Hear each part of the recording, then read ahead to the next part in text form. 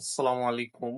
আমি রাকিবুল হাসান। আজকে আমরা কথা বলবো একটি গুরুত্বপূর্ণ বিষয় নিয়ে, সেটি হচ্ছে টিউমার।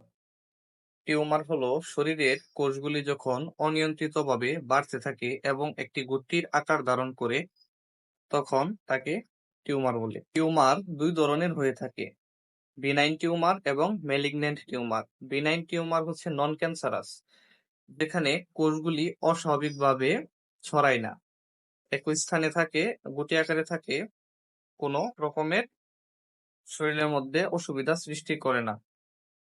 আর যেগুলো হচ্ছে ম্যালিগন্যান্ট বা ক্যান্সারাস টিউমার, সেগুলি এক কোষ থেকে অন্য কোষে ছড়িয়ে যায়। টিউমারের লক্ষণগুলি হচ্ছে অস্বাভাবিক গুটি, ওজন হ্রাস পাওয়া, ক্লান্তি এবং ব্যথা বা চাপ অনুভব হওয়া।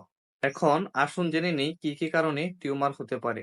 জেনেটিক মিউটেশন, তামাক বা অ্যালকোহল, দীর্ঘদিনের ইনফ্লামেশন, ভাইরাসজনিত কারণেও টিউমার হতে পারে।